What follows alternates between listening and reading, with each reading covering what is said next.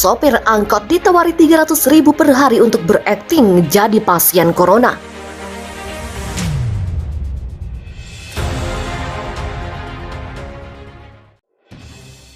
Seorang sopir angkot mengaku pernah ditawari untuk berpura-pura menjadi pasien COVID-19 selama 14 hari dengan imbalan Rp300.000 per hari. Pengakuan sopir bernama Irfandi, warga Tanah Abang, Jakarta Pusat tersebut viral di media sosial YouTube. Melalui akun YouTube Toba Channel, Irfandi mengaku ditawari Rp300.000 untuk berperan sebagai pasien COVID-19. Ia mengaku minggu lalu disuruh akting, bayarannya Rp300.000 per hari. Kalau ada yang tanya, abang sakit apa? Dia harus menjawab, kena corona. Demikian kata sopir itu seperti dikutip pada Rabu. Sopir ini menjelaskan orang yang menyuruhnya berakting adalah seorang perempuan yang ia tahu sering nongkrong di gang lontar. Perempuan tersebut seorang pribumi dan berstatus janda satu anak. Meski demikian, sopir ini mengaku tidak mengenal benar perempuan itu dan tidak tahu di mana tinggalnya. Dia menjelaskan sebelum ditawari berpura-pura menjadi pasien COVID-19, perempuan itu naik angkotnya dari Kebayoran Lama, Jakarta Selatan menuju Ciledug, Kabupaten Tangerang, Banten pada malam hari. Dia mengatakan selama berpura-pura, ia di rumah sakit selama 14 hari, diinfus dan gak boleh kemana-mana. Irfandi mengaku menolak tawaran itu karena selain tak mau mendapatkan uang dengan cara seperti itu, juga karena lebih suka dapat uang halal dari menjadi sopir angkot. Irfandi bahkan mengaku kalau sampai sejauh ini dia masih tidak terlalu percaya pada adanya pandemi COVID-19 karena menyangkut soal kematian. Menurutnya, kalau Allah Subhanahu wa Ta'ala telah menakdirkan seseorang untuk meninggal, maka akan meninggal meski tanpa kena corona. Ketidakpercayaan Irfandi itu agaknya juga dipengaruhi oleh perempuan yang menawarinya untuk berakting. Karena kata dia, perempuan itu juga mengatakan kepadanya bahwa jika ada ambulans yang katanya sedang membawa jenazah korban COVID, tapi kalau di depan ambulan itu ada orang naik motor dan orang itu bukan warga biasa, maka jangan dihiraukan. Karena di dalam ambulan itu ternyata kelompok dia sendiri dan di dalam ambulan itu kosong, tidak ada jenazahnya. Demikian kata dia mengutip pernyataan perempuan itu. Hingga berita ini ditulis, Kepala Dinas Kesehatan DKI Jakarta Widya Stuti belum dapat dimintai tanggapan karena pertanyaan yang dikirim melalui WhatsApp belum direspon. Meski demikian, pemilik akun Toba Channel, Toba Ristani, mengatakan pengakuan sopir angkot itu memang sangat mengagetkan. Pengakuan itu perlu didalami sebagai informasi awal dan perlu dicek kebenarannya. Demikian kata anggota FKDM DKI Jakarta itu melalui pesan WhatsApp. Sementara itu, fakta dan kronologi di balik viralnya ambulans tanpa pasien ternyata berjibaku melawan waktu. Jagat media sosial atau medsos sempat digegerkan dengan isu mondar-mandirnya mobil ambulans yang tidak membawa pasien. Hal itu diketahui dari unggahan video di akun Instagram @ICK_info_Cegatan Karanganyar pada Selasa. Meski demikian, unggahan itu akhirnya dihapus karena narasi serta kondisi yang terjadi tidak sesuai.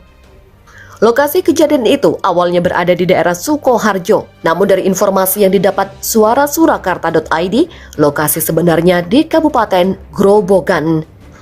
Dalam video singkat itu memperlihatkan seorang warga yang merekam 3 mobil ambulans menabrak mobil pribadi.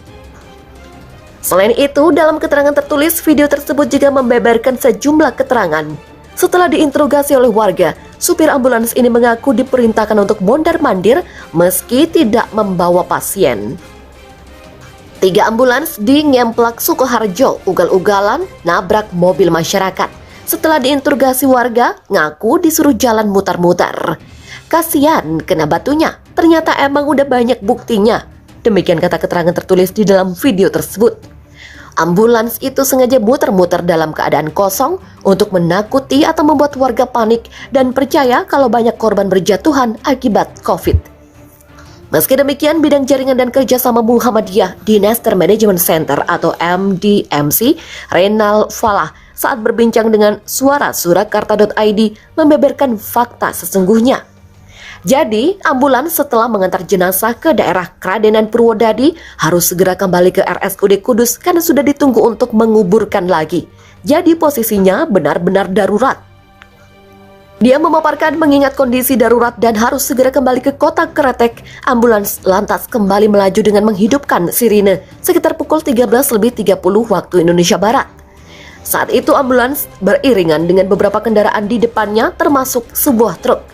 Namun saat tiba di lokasi kejadian, tepatnya di ruas Kudus, Purwodadi, Desa Ngemplak, Kecamatan Undaan, dia menyebut truk yang hendak menyeberang. Saat itu, mobil melaju di belakang truk, tiba-tiba belok kanan. Karena kaget dan sopir sudah berusaha mengerem namun tidak sampai, akhirnya menabrak mobil Innova. Kejadian itu sudah diselesaikan antara ambulans dengan mobil Innova. Mengenai informasi jika ambulans dalam kondisi kosong tanpa pasien maupun jenazah COVID-19, Reynal tidak menampik. Kalau dikatakan ambulans itu kosong dan tidak ada jenazahnya, memang benar, karena sudah dimakamkan dan hendak kembali ke Kudus lagi. Namun dari narasi yang tersebar tidak sesuai dengan fakta yang ada, mulai lokasi serta kondisi ambulans yang mondar-mandir. Untuk itu pihaknya berharap kepada semua masyarakat untuk bersama-sama memberikan informasi positif berkaitan dengan pandemi COVID-19. Menyetop berita tentang COVID-19 bisa bikin pandemi selesai? Simak penjelasannya. Pesan berantai yang mengajak warga untuk menyetop mengirim berita tentang COVID-19 melalui media sosial beredar di aplikasi pesan WhatsApp. Pesan berantai ini menyebar di tengah kondisi lonjakan jumlah pasien virus corona di Indonesia. Berita tentang COVID-19 dianggap menurunkan imun sehingga warga mudah terpapar penyakit. Larangan mengunggah berita COVID-19 di media sosial diklaim dilakukan oleh sejumlah negara seperti Timur Leste, Brunei Darussalam, Singapura, Malaysia, Australia, termasuk Cina. Berikut isi pesan berantai tersebut. Supaya COVID tidak berkembang, kita stop kirim berita tentang COVID seperti yang dilakukan oleh Timur Leste, Brunei Darussalam, Singapura, Malaysia, Australia, dan beberapa negara di Asia lainnya termasuk Cina. Negara-negara tersebut melarang warga negaranya berkirim berita tentang COVID-19 melalui medsos. Mari mulai kita tiru dan lakukan stop berita COVID. Yang wajib kita jaga adalah iman, imun, dan amin, serta patuhi protokol kesehatan. Abaikan berita dan jangan sebarkan berita COVID yang bikin resah. Semakin kita resah, semakin mudah terpapar penyakit, apapun penyakitnya. Kita galang persatuan melawan COVID dengan cara tersebut. Kasihanilah bagi yang imunnya lemah akan menambah stres. Itu salah satu sebab mudahnya terkena penyakit.